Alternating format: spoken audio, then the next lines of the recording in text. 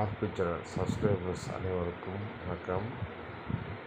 நம்ம சேனலில் தெரிந்த ஊர்கள், தெரியாத பல செய்திகள், தெரிந்த செய்திகள், தெரியாத பல ஊர்கள், உண்மை சம்பவங்கள், அனுபவங்கள் இதை வச்சு வீடியோக்கள் போட்டு வந்துட்டுருக்கோம். நண்பர்கள் நிறைய பேர் வீடியோக்கள் பார்க்குறீங்க, சப்ஸ்கிரைப் பண்ணி நம்ம பார்த்துட்ருக்கீங்க. தயவுசெய்து சப்ஸ்கிரைப் பண்ணிவிட்டு பக்கத்தில் ஒரு பெல் பட்டனை கிளிக் பண்ணி நோட்டிஃபிகேஷன் வச்சுக்கோங்க. அப்போ நான் போடக்கூடிய புதிய நோட்டிஃபிகேஷன் வரும். சரி, வாங்க வீடியோக்குள்ளே போகலாம். டிஸ்க்ளைமருக்காண்டி சொல்கிறேன், இந்த விஷயத்தை பேசுகிறதுனால நம்ம யாருக்கும் எதிரானவங்க கிடையாது. நாட்டில் இப்போ நடக்கக்கூடிய விஷயங்களை எடுத்து போடக்கூடிய பத்திரிகை சுதந்திரத்தையும் சரி, ஊடகத்தில் இருக்கக்கூடிய சரி, சின்ன சின்ன விஷயங்களை பெருசுப்படுத்தி சின்ன சின்ன யூடியூப்பில் அடக்கு உடைக்கிறதாக இருக்கக்கூடிய இடத்துல இப்போ இருக்கக்கூடிய மத்திய ஒன்றிய அரசு செயல்பட்டுருக்கு. அப்படி ஒரு நிலைமை தான் ஆனந்தவிடன் குடும்பத்திற்கு அதனுடைய அதிகாரப்பூர்வ இணையதளம் வழங்கப்பட்டிருக்கு. என்ன சொல்கிறாங்கன்னா, கட்சியை விமர்சித்தா இந்தியாவை விமர்சித்தது மாதிரியும், பிரதமரை வச்சா ஒட்டுமொத்த தேசத்தையே அனுபவிச்ச மாதிரியும் கொண்டு போனாங்க. எத்தனையோ பிரதமர்களை இந்திய நாடு பார்த்துருக்கு. அத்தனை பிரதமரும் சரி, எத்தனையோ மாநிலத்தில் இருக்கக்கூடிய முதல்வர்களும் சரி அடக்கி ஒடுக்கிறதா தான் இந்த மாரி விஷயங்களை கேள்விருக்கு. எத்தனையோ முதல்வர்களையும் எத்தனையோ பிரதமர்களையும் விகடன் விமர்சித்து போட்டிருக்கு. விகடன் முற்றில் இருக்கக்கூடிய அனைத்து பகுதிகளிலும் இந்த விஷயத்தை கையெழுத்திருக்காங்க. அவங்க கேட்டால் அதை பத்திரிகை பழுப்பு தெரிவித்து யாரும் பண்ணாங்கன்னா பத்திரிகை சோதனை பறிப்போகுதுன்னு சொல்லி ஒரு குரூப் கலந்து வரும். இப்போ இந்த குரூப்பெல்லாம் எங்கே போடுச்சுன்னு தெரியல. அந்த குரூப்பெல்லாம் அந்த குரூப் தான் பண்ணுறது. அதாவது இப்போ ஒரு விஷயத்தை கையெழுத்திருக்காங்க. அந்த விஷயத்தை எதுக்காண்டி இப்படி பண்ணாங்கன்னா, மத்தியில் இருக்கக்கூடிய ஒன்றிய அரசு தொடர்ந்து தமிழ்நாட்டை வஞ்சிச்சிக்க மாதிரி தான் பழத்துக்கிட்டு இருக்குது, அதுக்கு எதிராக தான் செயல்பட்டுருக்குன்னு சொல்லி ஒரு விமர்சனம் இருக்குது. அதை அந்த விஷயத்தை முடக்கிறதுக்காண்டி தான் சில விஷயங்கள் கையெழுக்காங்க. இதுக்கு முன்னாடி ஒரு பிரச்சனை, பாராளுமன்றத்தில் நடக்கக்கூடிய பிரச்சனை, இந்த குடியுரிமை சட்ட திட்டத்தில் வக்பு வாரியம் திருத்தப்படுறதுக்கு தான் இந்த திருப்பரங்குன்றம் மலை விஷயத்தை பெருசுப்படுத்தி சிக்கந்தர் பாபாவை இழுத்தது. அது தமிழ்நாட்டில் எடுபடல. அதுக்கு அடுத்ததாக பார்த்திங்கன்னா, கும்பமேளா நடக்கக்கூடிய விஷயங்களை மறைக்கிறதுக்கு தான் சில விஷயங்களுக்கு வெளிநடப்பு பண்ணுறது, ஒட்டுமொத்த நாடாளுமன்றத்தை கலைச்சி விட்ட வெளிநடப்பு பண்ணுறது, ஆளுங்கட்சியை முடக்கி அவங்க ஒத்தி வச்சது. இது என்ன பேசுகிறதுக்கு தயக்கிறாங்க. சரி, இது எப்படி இருக்கட்டும், இது ஒரு பக்கம் இருக்கட்டும். அடுத்ததாக இந்த பத்திரிகை சுதந்திரத்தை ரொம்ப நசுக்கிறாங்க. அதுக்கு எதானம்னா, சென்ற வெள்ளிக்கிழமை அன்று ஒரு கேலி சித்திரம் வெளியானது தான் காரணம் அப்படிங்கிறாங்க. என்ன கேலி சித்திரம் சொல்கிறேன், நமது ஆளுமிக்க விஸ்வகுருவாக இருக்கக்கூடிய திரு பிரதமர் அவர்களும் அமெரிக்க அதிபராக இருக்கக்கூடிய 2 பேரும் பேசும்போது, அமெரிக்க அதிபரை ஒரு ஒய்யாரமாக போட்டுட்டு நம்ம இந்திய பிரதமரை ஒரு கேலி சித்திரம் மாரி, அதாவது கைவிலங்கு கட்டப்பட்ட நிலையில் இருக்கிற மாதிரி ஒரு வீரனை ஒரு செய்தியை போட்டுச்சு. இதுதான் இப்போ பெரிய அளவு பற்றி எரிஞ்சது காரணம். அதனுடைய அதிகாரப்பூர்வ இணையதளத்தையும் முடக்கிற மாரி போயிருக்கு. இது ஒரு பக்கம். இது என்ன சொல்கிறாங்கன்னா, அவங்க தரப்பு இல்லை, இது ஒட்டுமொத்த இந்தியர்களையும் மட்டும் இல்லை, ஒட்டுமொத்த பிரதமரையும் சரி, ஒட்டுமொத்த நாட்டையும் அமல்படுத்தியிருக்காங்க அப்படின்னு. ஆனால் விகடன் தரப்பு என்ன சொல்கிறாங்கன்னா, இல்லை, பல பேருடைய வாழ்க்கையை கேள்விக்குறியாக்கக்கூடிய அமெரிக்கர்கள் சட்டவிரோத குடியர்கள், அந்த குற்றவிரோத குடியர்களை திருப்பி அனுப்பணும்னு சொல்லி அவங்களுடைய கை கால்களை எந்த அளவுக்கு சித்திரவதை போட்டு விலங்குகளை பூட்டி கிட்டத்தட்ட 16 17 மணி நேரத்துக்கு மேலே விமானத்தில் அனுப்பி வச்சுருக்கு. அவங்க சாப்பிட்றது எதுவுமே கொடுக்காம ஒரு இயற்கை உபாதைகளை கிடைக்கிற கொண்டு ஒரு கேவலப்படுத்தியிருக்கு. இதை கண்டித்து போட்டக்கூடியவங்களை யாரும் கேட்குறான்னு சொல்லி தான் இந்தமாரி கேலி சித்திரத்தை எடுத்தாங்க. இந்த கேலி சித்திரத்தை எதுக்கு எடுத்தாங்கன்னா, அப்போயாவது இந்த ஆட்சியாளர்களுக்கு உழைக்கணும். ஏன்னா அந்த இடத்துல மக்களாகிய நம்மளை ரொம்ப கேவலப்படுத்தியிருக்காங்கன்னு சொல்லி தான் விஷயத்தை கையெடுத்தாங்க. இதை பெருசுப்படுத்துகிறாங்க அப்படின்னு சொல்லிட்டு அந்த இருக்கக்கூடிய கட்சி மட்டும் இடத்துல பேசிக்கிறாங்க. அதுவும் குறிப்பிட்டா அந்த கட்சியினுடைய தலைவர் வந்து சில விஷயங்களுக்கு முன்னெடுத்திருக்காரு. அதோட நீட்சிகள் தான் சில இணையதளங்களும் உடைக்கப்பட்டதாக சொல்கிறாங்க. 2 நாட்களுக்கு முன்பு, சரி 2 நாட்களுக்கு முன்பு இல்ல, 2 நாட்கள் நேற்று அந்த கட்சியினுடைய தலைவராக இருக்கக்கூடிய ஒரு பகுதியில் இருக்கக்கூடிய ஒரு நிர்வாகியாக இருக்கக்கூடிய ஒரு ராமனுடைய பேர் கொண்ட ஒரு ஆள் வந்து என்ன சொல்கிறாங்கன்னா, ஒட்டுமொத்த இந்துக்களையும் மடையர் அப்படிங்கிறாங்க, முட்டாள் அப்படிங்கிற பேசியிருக்காரு. அதை எந்த ஒரு ஆட்களும் கண்டித்து பேசலை.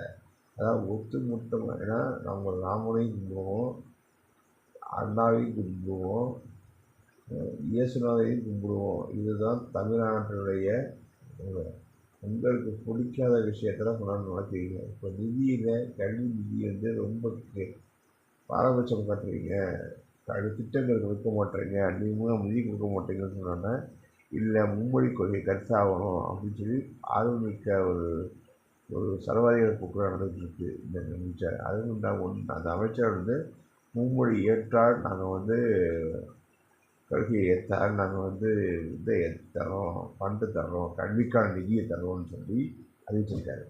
அது மட்டும் இல்லாமல் 3வது மொழி கற்றுட்டா என்ன தப்புங்கிறாரு. அந்த 3வது மொழி எதுக்கு கற்றுருக்கீங்க, எதுக்கு கட்டாமல் இருக்கீங்க, அதையும் கொண்டு பேசணும். அது மட்டும் இல்லாமல் உங்களுக்கு நினச்ச விஷயத்தெல்லாம் உள்ளடக்கம் வந்து போடணும், அதனால தான் நாங்கள் வந்து விஷயத்தை பண்ணுறோம். சரி, இந்த விஷயத்தை எதுக்குன்னா, மறைமுகமாக தேசிய கல்விக் கொள்கை புதிய 2020 வரைவு 2020 கஸ்தூரிகள் கொடுத்த 2022 தேசிய குடியரசு கொள்கையை அமல்படுத்தாமல் வாய்ப்புகள் இருக்குது அப்படின்னு சொல்லி தம்பட்டம் வச்சுட்டு இருக்காங்க. அதை கூட்டணி கட்சியை தங்கக்கூடிய ஆட்கள் வந்து வெளியே பதிலுக்கு வந்துருக்கிறதுலாம் கேவலம்.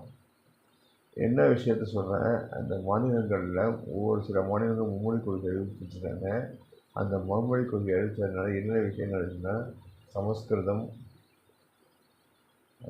சில வழக்கை தேர்வு கோடா, தோடி, தோடா, துளு போன்ற மொழிகள் சரி அழிச்சிருச்சு சுத்தமாக. அதுக்கு அடுத்த படிக்கேடு என்னென்னா, மகாராஷ்டிரா இருக்கக்கூடிய மகாராஷ்டிரா மொழி மற்றும் வங்காள மொழி இந்த இரண்டையும் கொஞ்சம் கொஞ்சமாக அழிச்சிக்கிட்டு இருக்குது. இந்த மும்மொழி கொள்கையை ஏற்றுக்கிட்டு வளர்ந்தக்கூடிய இந்தி பேசக்கூடிய புதிய மாநிலங்கள் பட்டியல். அந்த நிலைக்கு தான் தமிழ்நாட்டை கொண்டு விடணும் அப்படின்னு சொல்லி தான் மும்மொழி கொள்கை ஏற்கனவே பேசிக்கிட்டு இருக்காங்க. அது மட்டும் இல்லாமல் இலங்கை, அதாவது தமிழ்நாட்டில் இருக்கக்கூடிய அனைத்து அரசு அலுவலகம் பார்த்திங்கன்னா இந்தியிலேயே கொடுப்பாங்க அப்படின்னு சொல்லி அறிவிப்பு வெளியிட்டிருக்காரு. அது எந்த அளவுக்கு சாத்தியம் தெரியல. ஏன்னா ஏற்கனவே இந்திய இணைப்பு முடியப்பட்ட ஆங்கிலம் இருக்குது. ஆங்கிலம் தெரிஞ்ச இருக்கக்கூடிய எல்லா நாடுகளுக்கும் போயிட்டு வந்தாங்களாம். அது என்னன்னா, அந்த விஷயத்தை கேட்குறது தான். நீங்கள் வந்து வேலைவாய்ப்பு புதுசாக விட்றாங்க. வேலைவாய்ப்பு இதுவரையும் கடல் தாண்டி தேசம் தாண்டி இருக்கக்கூடிய நம்முடைய தாய்மொழி தலைவர்கள் வந்து எவ்வளோ விஷயத்தில் வந்து இந்தியை வந்து ஆதரித்து பேசுகிறாங்க பதில் இருக்காது. அது எழுத்து கேள்விட்டால் சில முட்டாள்கள் வந்து முட்டும் கொடுக்குறாங்க. அந்த கட்சி ஒரு முன்னாளுடைய அந்த கட்சியினுடைய முன்னாள் கூட்டணி வந்து இப்போ அந்த கூட்டணி இல்லைங்கிறாங்க. ஆனால் மறைமுகமாக சில விஷயங்கள் நடந்துக்கிட்டு இருக்கிறதாக பெரிய பேச்சு போயிட்டுருக்கு. ஏதாவது திசை திருப்புறதுக்கு இந்த விஷயத்தை கேட்டு இருக்காங்களா அப்படிங்கிற கேள்விக்குறி வரும். ஏற்கனவே நிதி கொடுக்க மாட்டோம், தமிழ்நாட்டை திட்டங்களை கொடுக்க மாட்டோம், ஆனால் உங்களுக்கு ஓட்டு மட்டும் நொட்டணும் அப்படின்னு சொல்லி வந்துட்டுருக்கீங்க. ஸோ இதுதான் நம்ம நாட்டில் யாரும் எழுத்து கேள்வி கேட்கக்கூடாது. எழுத்து கேள்வி கேட்டால் மக்களாகிய நம்பரம் வந்து கட்டிய முடிஞ்சாங்க அப்படிம்பாங்க. அதேமாதிரி விச்ச சேர்க்கணும்னா ஒட்டுமொத்த இந்தியர்களுடைய தலைவராக இருக்கக்கூடிய நம்மளுடைய பாரதப்படங்களை தலைக்குடியை வச்சுட்டாங்க. ஏன்னா ஏற்கனவே ஊட்டிக்கிட்டு இருக்காங்க. அவர் 23 மணி நேரம் தான் உறங்க மாட்டார், 1 மணிலேருந்து 1:30 மினிமம் 2 மணி நேரத்தில் தூங்குறாரு அப்படின்னு ஊட்டிகிட்டு இருக்காங்க. சாப்பிட நேரமாக இருக்கு. ஆமாம், சொல்கிறப்ப சாப்பிட நேரமாக இருக்குது. ஏன்னா இருக்கக்கூடிய எல்லா பயணங்களும் பார்த்திங்கன்னா வெளிநாடு நோக்கி தான் போயிட்டுருக்கு. அது மட்டும் இந்திய நாடாளுமன்றம் நடந்துட்டு இருக்கும்போது வெளிநாட்டு பயணத்து போகக்கூடிய ஒரு ஒரு ஒரு பிரதமர் தான் அது நம்மளுடைய பாரத பிரதமராக தான் சேரும்னு சொல்லி கேவலப்படுத்துகிறாங்க ஒவ்வொரு மக்கள். அக்கம் பக்கத்தில் இருக்கக்கூடிய நாடுகள், எதிர்த்தாமல் இருக்கக்கூடிய நாடுகள் எல்லாத்தையும் உங்களுக்கு எதிராக திருப்பி வச்சுருக்காங்க. ஸோ வருங்காலங்களில் வேறு மீது கொண்டு போகணும் அப்படின்னு பேசிட்டு இருக்காங்க. ஸோ மூன்றாம் கருத்துக்கள் காரணமாகட்டும் இந்த மாதிரி விஷயங்கள்லாம் பழகிறாங்க. அதுமாதிரி அரசர் காலத்தில் வந்து இந்த விஷயங்கள் இருக்குது.